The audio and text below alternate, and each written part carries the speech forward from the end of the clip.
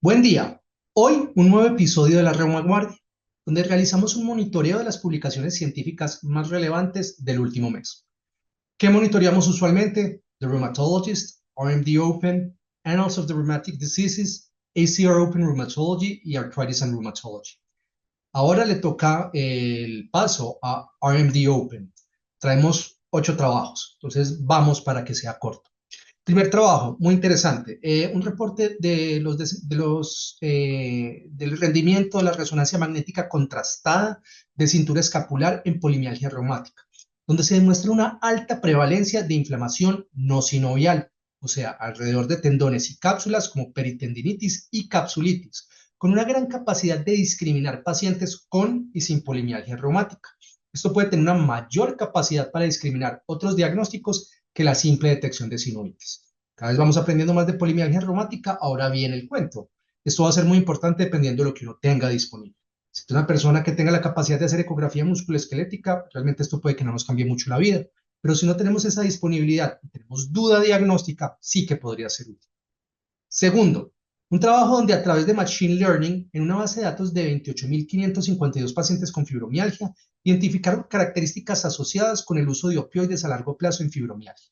Ellos se encuentran una alta dosis de opioides inicial, la historia de autolesión, obesidad, abuso de sustancias, privación, y lo que ellos definen como privación es un bajo estrato socioeconómico, un bajo nivel educativo, limitaciones al acceso en salud, y la edad se pueden asociar con un mayor uso de opioides a largo plazo.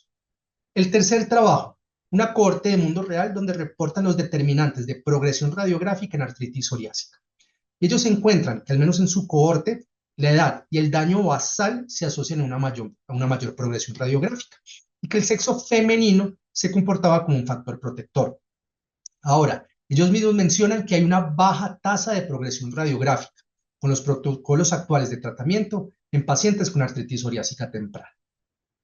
Cuarto estudio, el estudio PERFECT-RA, donde comparan la efectividad de baricitinib versus inhibidores del TNF en artritis reumatoide luego de falla adimar sintéticos clásicos en una estrategia pragmática de T2T en mundo real.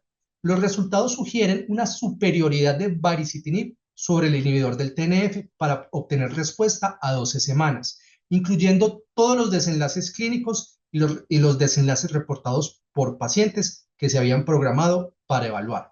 Este estudio pragmático es interesante porque genera resultados en vida real que son generalizables fácilmente y que se pueden aplicar en la práctica clínica diaria, que es una de las críticas que se le hacen a los ensayos clínicos aleatorizados, dobles ciegos, a los que estamos acostumbrados usualmente. El trabajo número 5 es el reporte del ensayo clínico Select Compare a 5 años. Recordemos que este es un ensayo clínico donde se comparó upadacitinib versus adalimumab en pacientes con artritis reumatoide y respuesta inadecuada a metotrexato. ¿Qué es interesante de esto? A 5 años no hay alertas de seguridad nuevas en esta cohorte y las respuestas clínicas fueron numéricamente superiores en los pacientes que estaban con upadacitinib. El sexto trabajo que traemos hoy es un reporte de 164 mujeres embarazadas con síndrome de Sjögren primario, donde parece haber una frecuencia mayor de eventos adversos obstétricos en estas pacientes al compararse en controles sin autoinmunidad, incluso una mayor frecuencia de bloqueo cardíaco congénito. Llama la atención que al menos en estos reportes ellos detectan que el uso de heparina de bajo peso molecular pareciera comportarse como un factor protector para supervivencia fetal. ¿Esta información de qué nos sirve? Pues ojo, a veces consideramos que el síndrome de Sjögren es, por así decirlo, una enfermedad light o una enfermedad benigna, y esto nos va trayendo datos donde parece ser que desde el punto de vista obstétrico se asocia a mayor frecuencia de eventos adversos, y será muy interesante como hipótesis ver qué sucede con este cuento de heparinas de bajo peso molecular en pacientes de síndrome de Sjögren embarazados. El trabajo número 7 es una exploración de biomarcadores del complemento en pacientes con sospecha de espondiloartritis axial, donde hacen una valoración transversal de niveles de proteínas de la vía de lectina del complemento para, en el momento del diagnóstico de 151 pacientes con espondiloartritis axial, y lo comparan con 364 pacientes con dolor lumbar crónico. interesante porque usualmente no asociamos complemento con espondiloartritis axial. Ellos mencionan que ya había algún trabajo pequeño de esto, pero no había más. ¿Y qué encuentran? Que los niveles séricos de activación del complemento, sobre todo C3DG, estaban elevados de forma significativa, mientras que los niveles de proteínas del complemento como MASP3 y la M-ficolina estaban disminuidos de forma significativa, incluso al ajustar para proteína C reactiva. Y estos se asociaron con el diagnóstico de espondiloartritis axial.